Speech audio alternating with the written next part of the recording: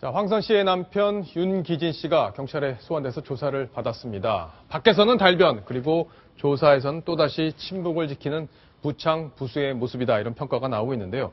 북한에서 새쌍둥이를 특별 관리하는 이유가 뭔지 같이 연결해서 자세히 알아보겠습니다. 자, 오늘 조사받았는데 조사받은 이유부터 좀 설명을 해주시죠.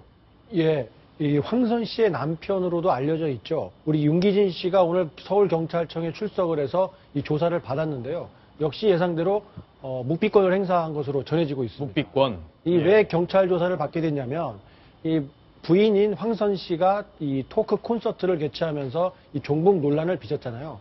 그래서 이 콘서트가 이 황선 씨가 진행을 했지만 그걸 기획한 데에는 이 민권연대 공동의장을 맡고 있는 윤기진 씨가 기획한 거 아니냐, 이런 혐의를 받고 오늘 경찰에 소환돼 조사를 받은 겁니다. 자, 윤기진 씨 어떤 분들인지 많이 알려지긴 했지만 짧게 다시 한번 설명을 해주시죠. 예, 1999년에 대학생 단체인 한총련 의장을 맡았고요.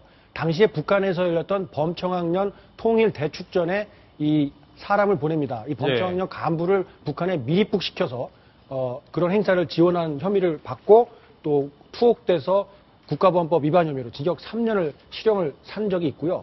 또 그 이후에는 이 찬양고무죄로 인해서 징역 1년 6개월에 집행유예 1년 6개월 이렇게 실형을 선고받은 경험이 있습니다. 자, 삶 자체가 대학 시절 이후부터 계속 종북 또는 종북으로 오해받을 수 있는 그런 행동들을 쭉 해온 게 아닌가 싶은데, 자, 과거에 작년이죠? 아시안게임 인천에서 열렸을 때 박근혜 대통령에 대해서도 이 사람이 얘기한 게 있죠? 그때 그 화면에 여러 차례 공개가 됐었는데요.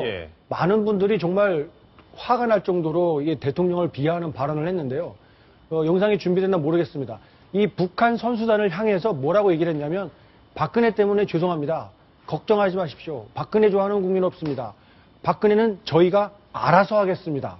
이걸 뭘 어떻게 하겠다는 건지 참 섬뜩한 이야기인데 그걸 북한 선수단 타고 있는 버스를 향해서 고래고래 소리를 지르거든요. 그래서 과연 저분이 어느 나라 국민이고 누구를 상대로 어떤 목적을 가지고 저런 이야기를 했나, 상당히 의아하고 놀란 분들이 참 많았죠, 저 당시에.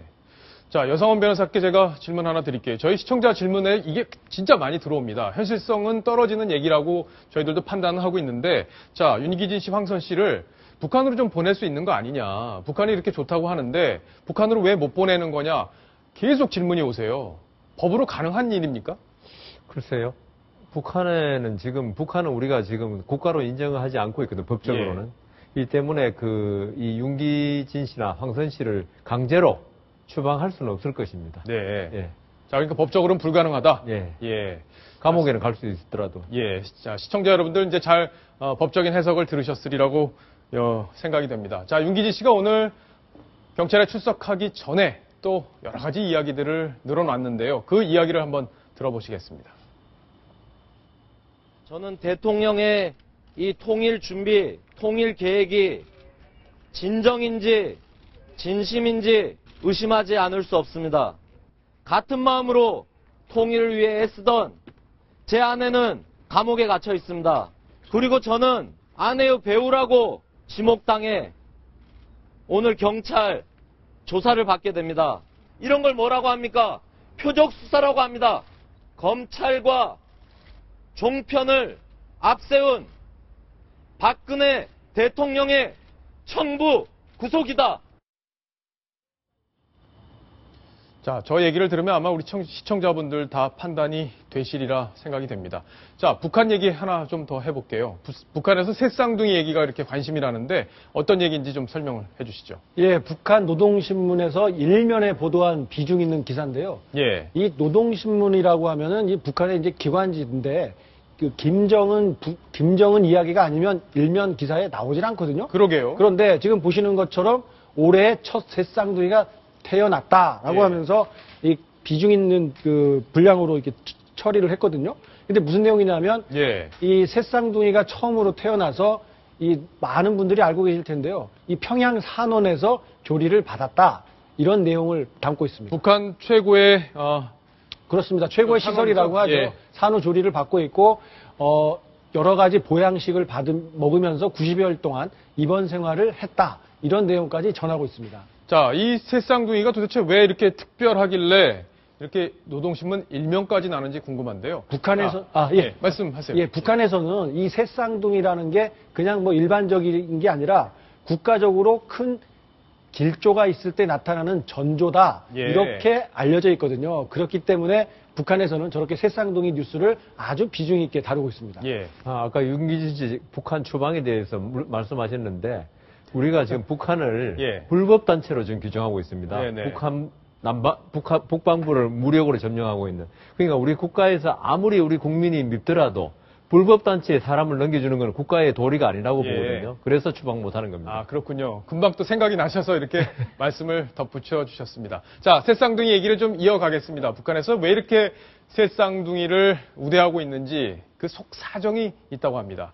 그 얘기를 북한 탈북자 출신이 직접 이야기를 했는데요. 직접 한번 들어보시겠습니다.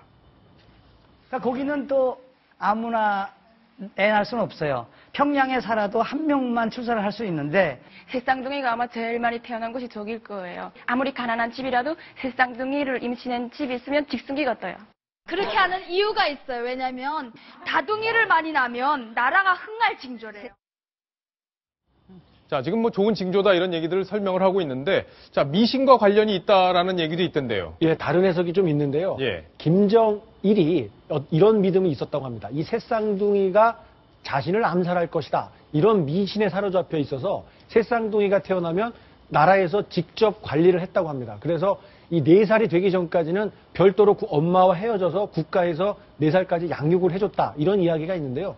그런 것 때문에 유엔에서는 인권 관련된 단체에서 예. 시정해라. 이런 권고까지 했다고 합니다. 그렇군요. 자, 그런 속사정까지 있었다는 것 확인해 봤습니다. 자, 북한 이야기까지 정리합니다. 자, 다음 주제도 궁금한데요. 순위 확인합니다.